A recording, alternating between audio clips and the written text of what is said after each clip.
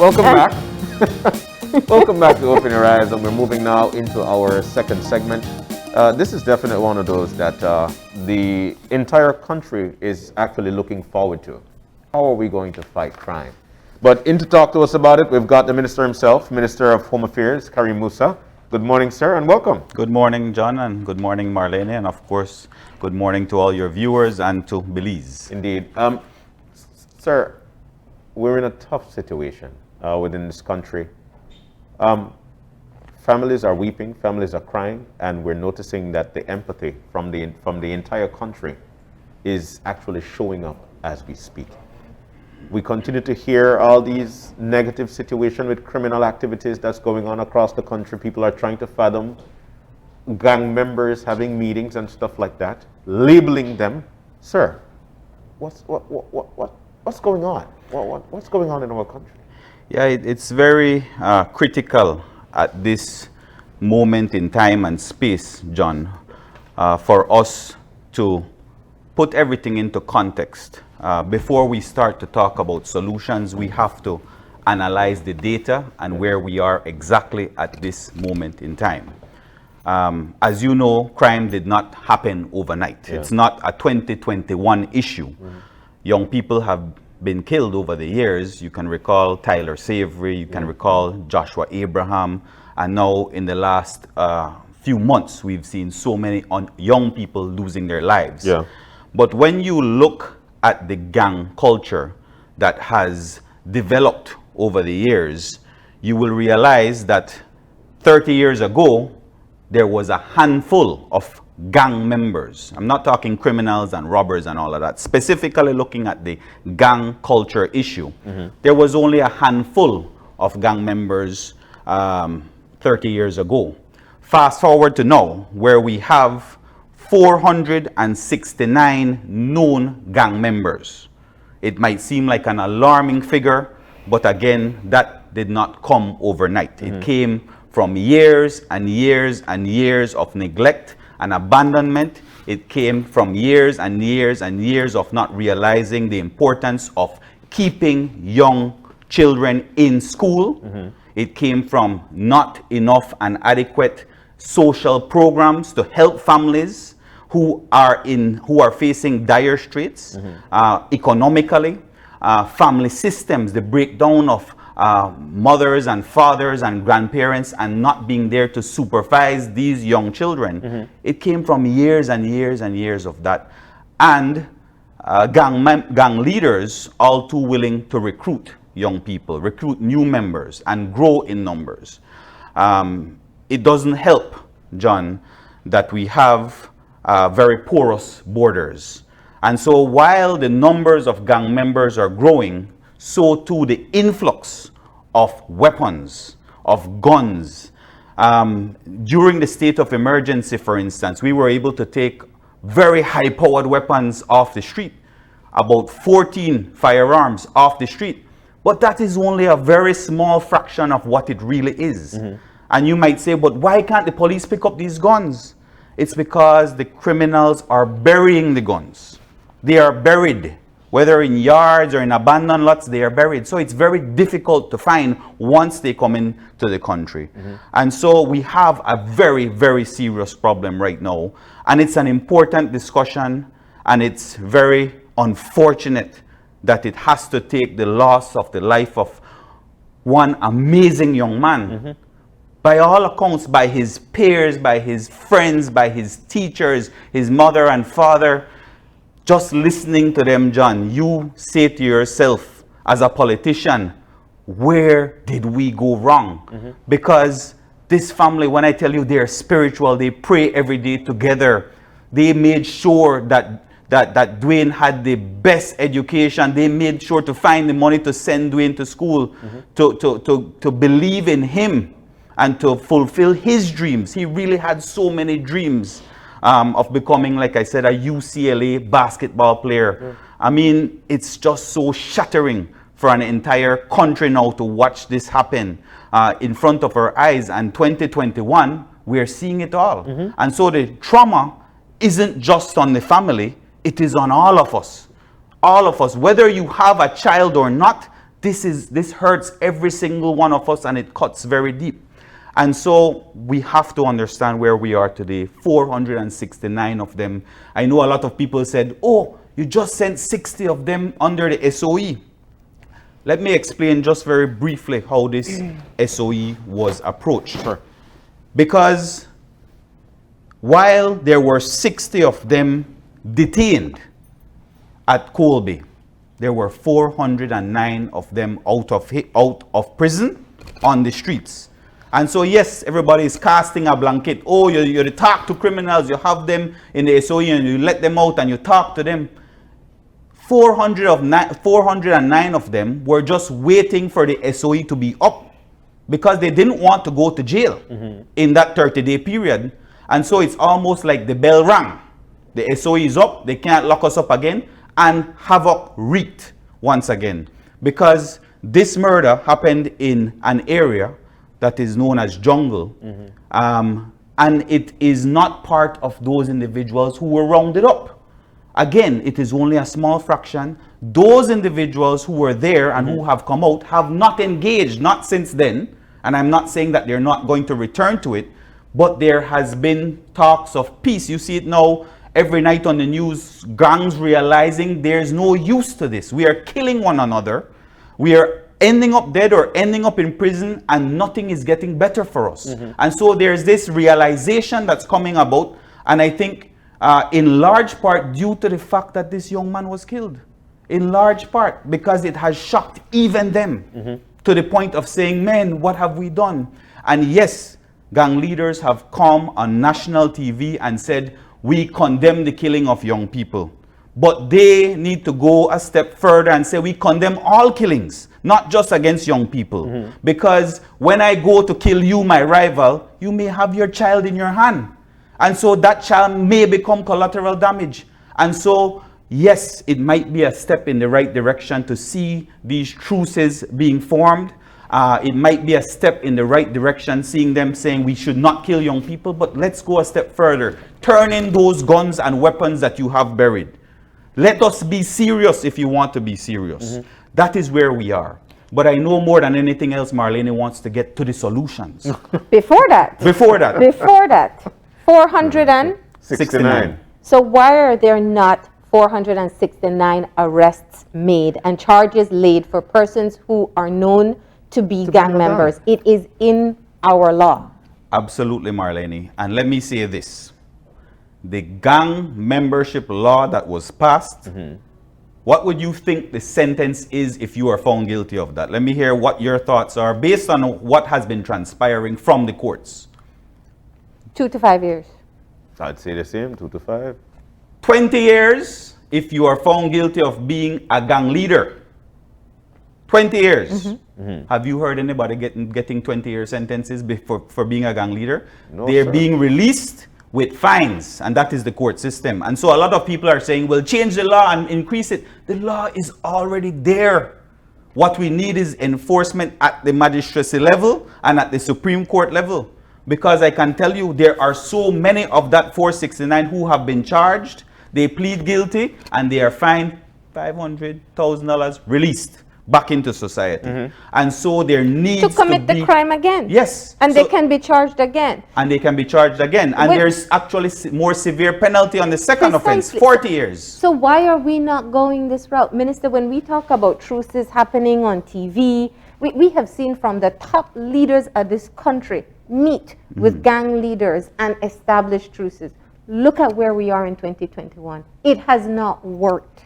And there are Marlene, many who are skeptical when they see someone step forward and say, don't kill children, but it's okay to But it's kill okay the to rest. kill others, yes. How are we as a society who get ticketed for face masks, arrested for any minor charge, to accept that this is where we are? We are still negotiating with people who are breaking the law by being a part of gangs. Now, let us go back to where we started, where I mentioned there were only 60 individuals who were detained under the SOE. Of that 60, 40 of them want to continue to live a life of crime and a life of gang culture. 20 of them want to change. So my question to you is, do we abandon that 20? Do we not listen to their cry? Do we just ignore them? And you mentioned negotiating with gang members. There's no negotiation here.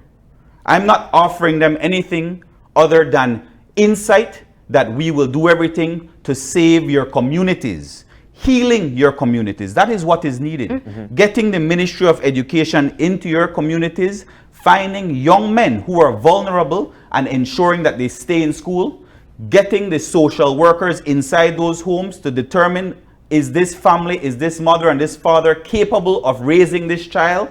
We have to get a full approach, and we've been calling for this. I called for it in the when I was in opposition, and I have called for it now, and it has been heard. That cry has been heard, and it's been months, Marlene, that the Ministry of Education has been working with me. The Ministry of Youth and Sports has been working. Ministry of Human Development. All of us are on board. But what people want is a very quick fix. Yes. Remember, it took us 3 decades to get here. Today, you won't find a solution, but I could tell you this, Marlene, that young man's life who you saved by having them in school now, 12 years old, and keeping them in school, you will see the dividends of that. You will see the reward of that when that child turns 20, because when he graduates, whether it's from high school or whether it's from vocational, when he graduates with a degree, he has invested sufficiently in himself to not want to commit crime. The individuals committing crime have dropped out of school, have not even stepped foot inside a high school.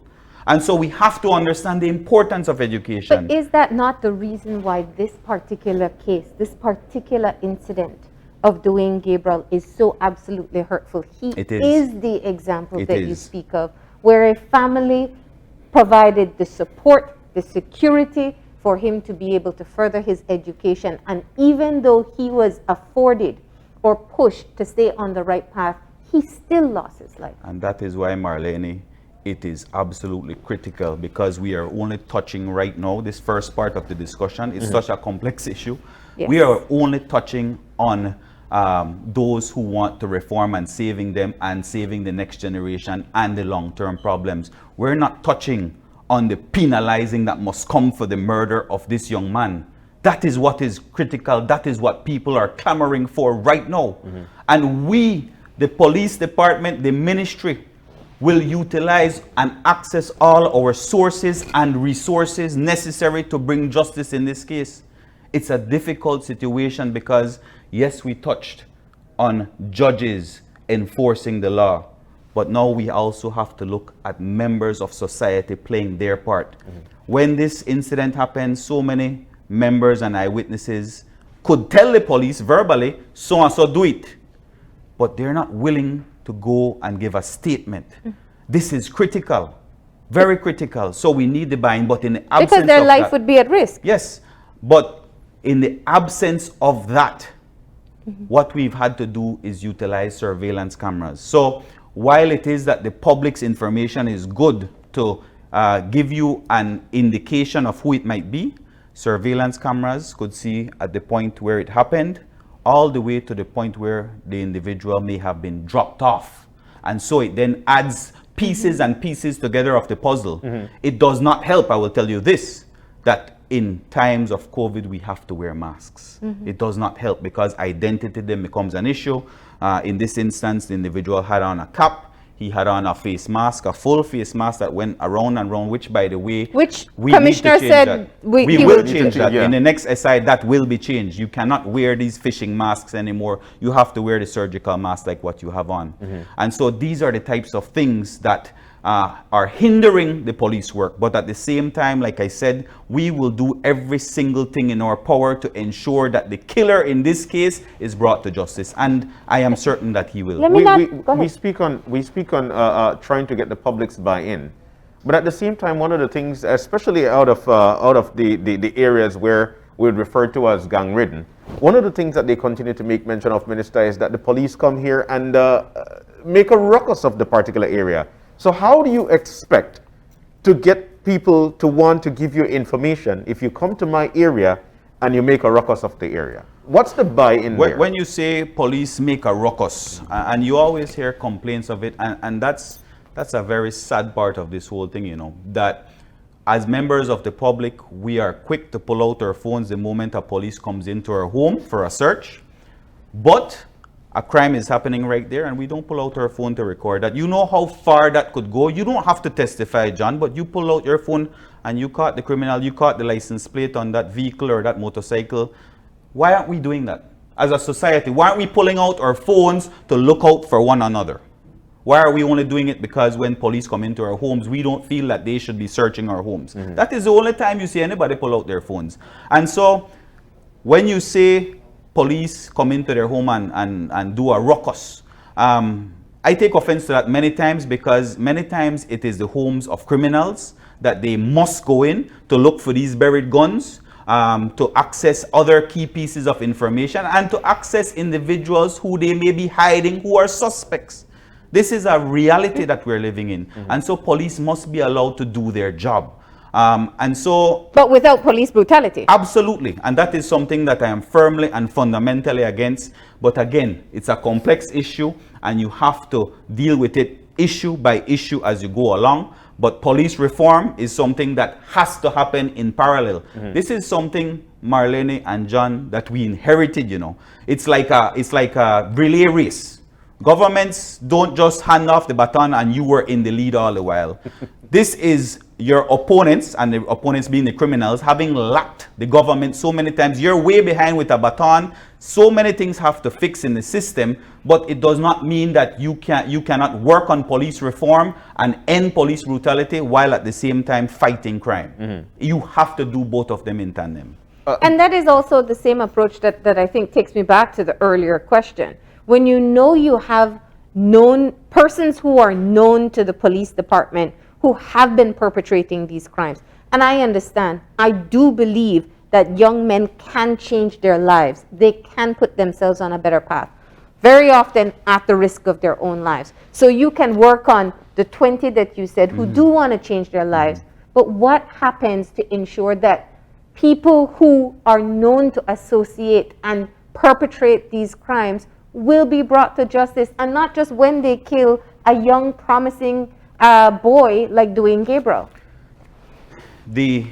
And it goes back to the very same instance of the gang membership law.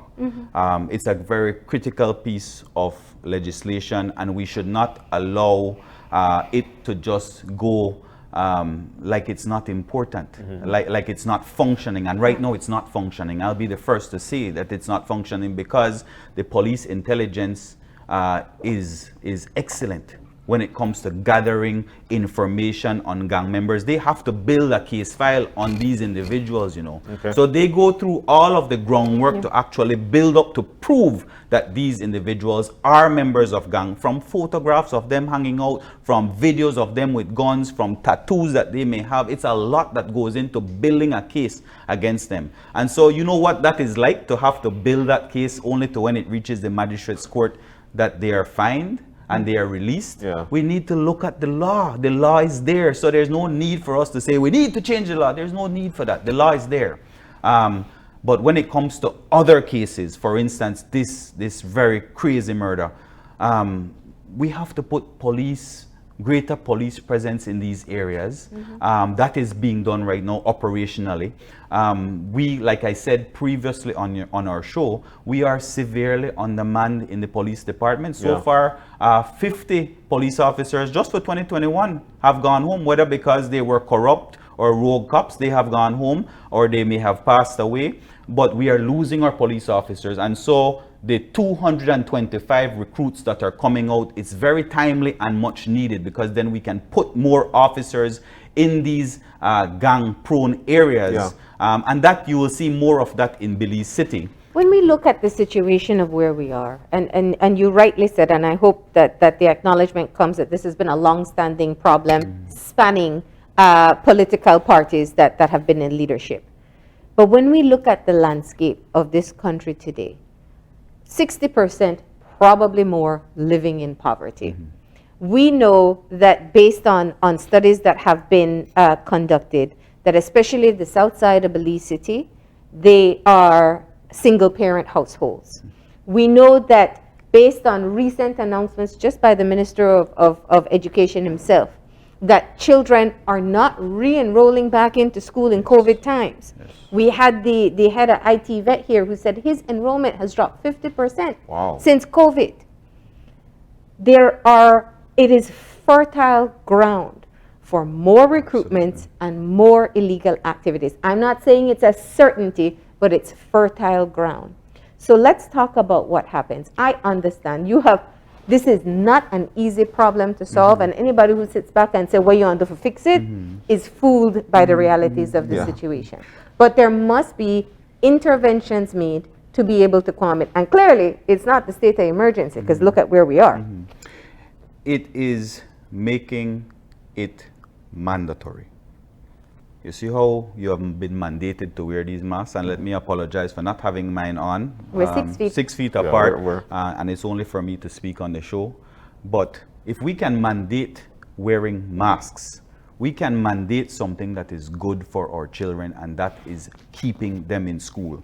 And so them not showing up to school when school starts, again, this is another huge disadvantage that COVID has brought on us. Like you rightly said, so many have dropped out since COVID. But once we get back to the classroom, you must be mandated. Every single mother and father and grandparent must ensure that their child is going to school. And if not, that falls on you as the parent.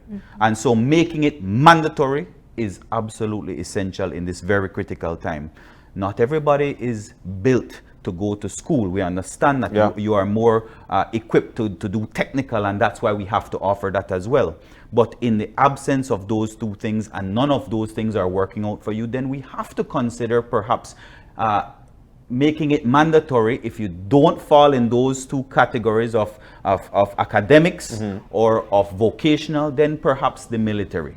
But you cannot be hanging out on your street corner every day and every night and scheming and plotting and what we're going to do to somebody today. That is not going to be allowed. And so that is where we need to go again, long term. Or current laws are for mandatory education up to 14. 14. That Yeah. has Let's to change, look in at my the opinion, to recruitment 18. of gang members. Yes, it's Yeah. right at that age. Right at that age. Right at that, even early, unfortunately.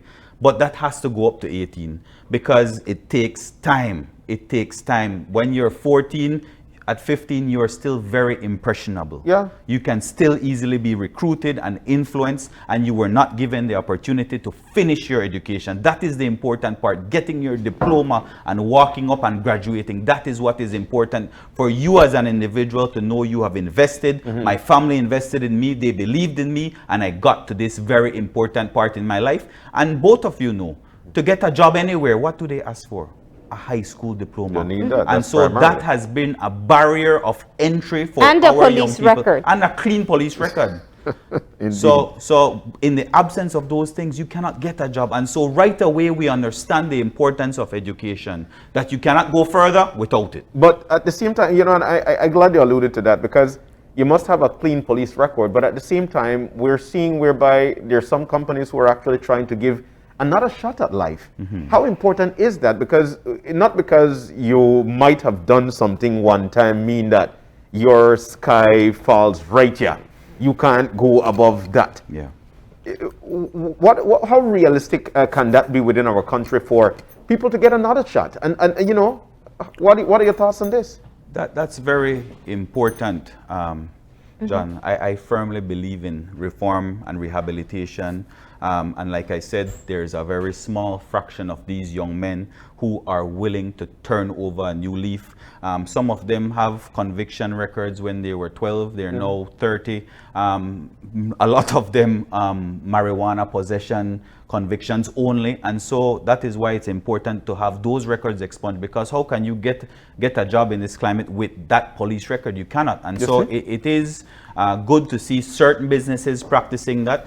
But you can look at an individual's rap sheet and their convictions and know if they committed a crime 20 years ago and they have been on the straight and narrow since then, clearly he deserves a second chance in life. Yeah. Let me come back to Yes. some of the immediate interventions. I hope, and I can only speak for me, that this is the tipping point for some type of change. And so my question is, we saw the Prime Minister put out a message about cracking down on crime.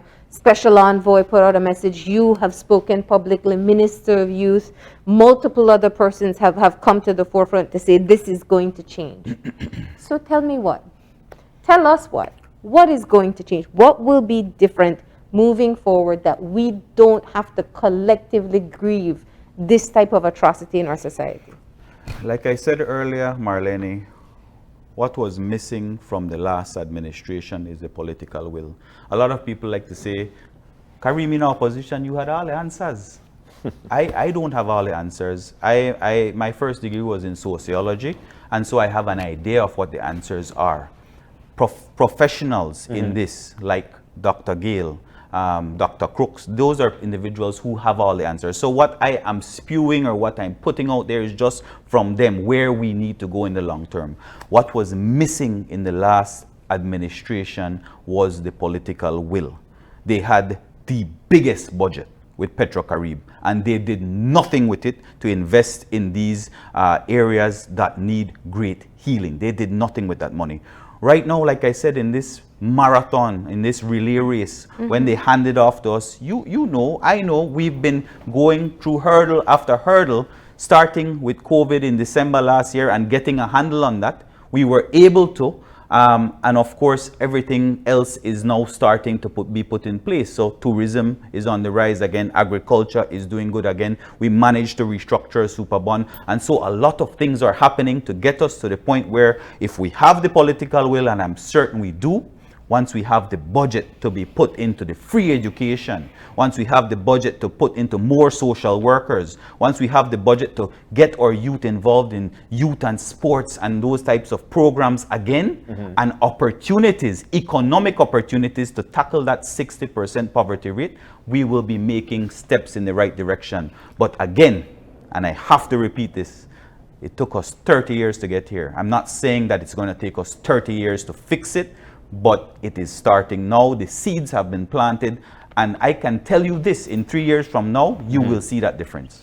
When you were in opposition, you reached out to the government, offering yourself to be a part of a collaboration or a committee to address crime. Is there a crime control or inter-ministerial committee established or being established? And will you include the opposition who also have a role to play in this fight? There's not only that interministerial work that's being done, and yes, like I mentioned, there's a Minister of Youth and Sports, the Ministry of Human Development, Ministry of Education, Ministry of Natural Resources, Ministry of Agriculture even.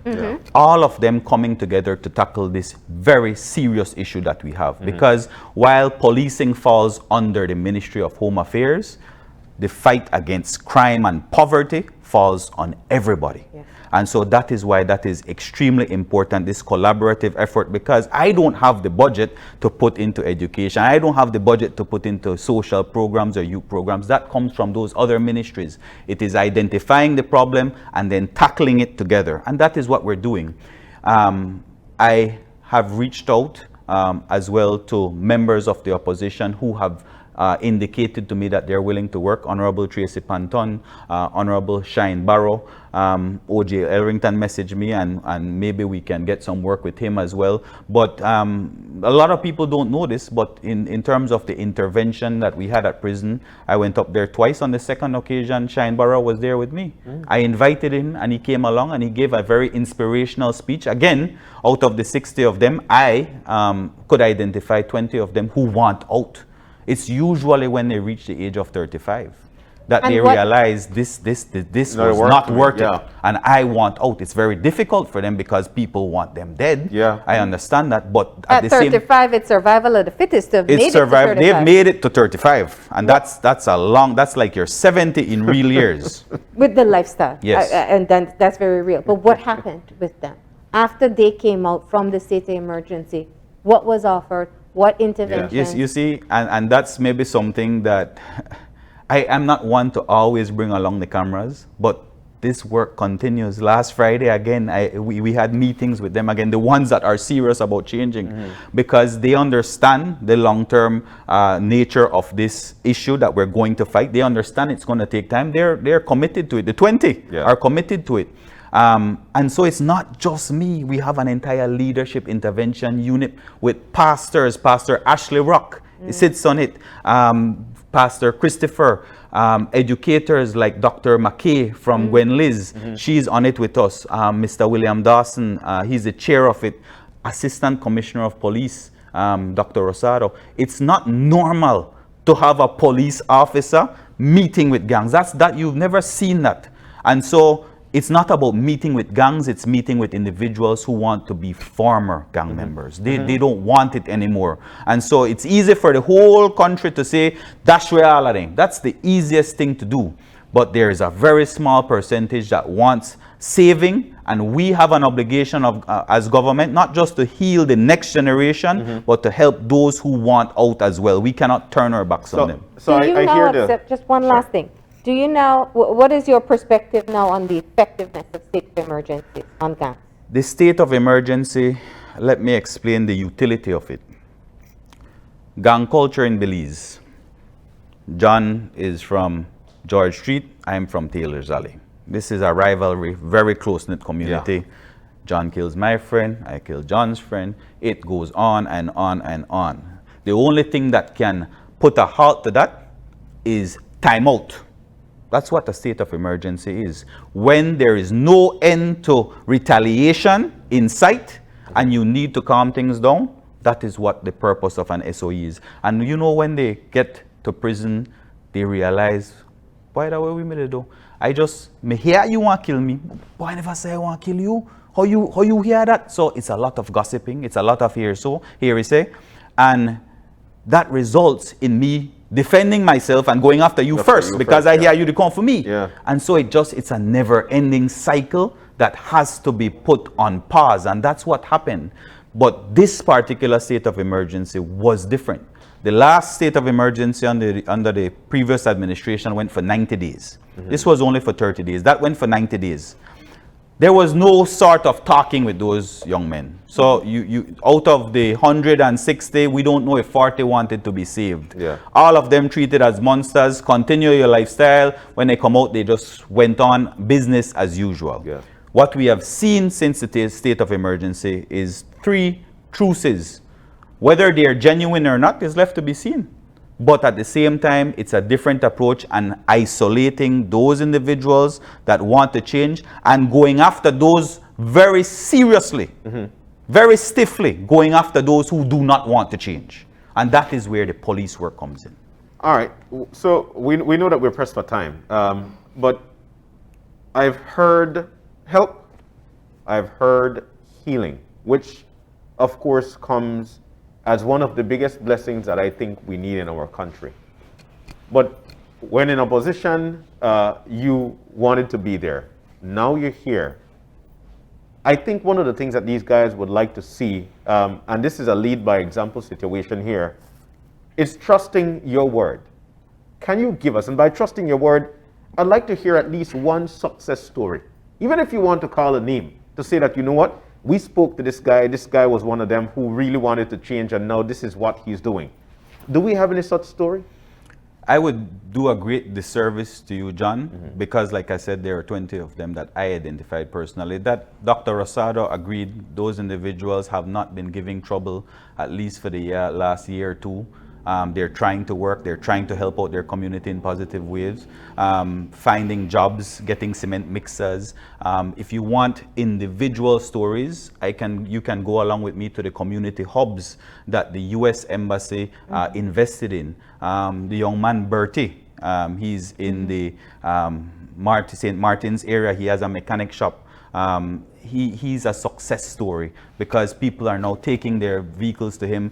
When he opened that community hub last year, there was a shooting. Yeah. He was shot days after the community hub. I remember. From his deathbed, he called his people and he told them, do not retaliate. Yeah. There was no retaliation after that. Do not retaliate.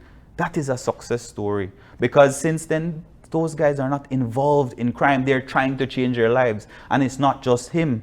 JD, when you go to Yabra, he has he's making tiles, he's making cement structures, he has a car wash. These are community hubs that are being put in place for individuals who want a different life. And so there's a lot of collaborative effort, not just the U.S. Embassy, Colby Foundation, Cisco Woods, Miss Debbie from Love Foundation, all of these people coming together to put very important projects in place for these individuals who want to change.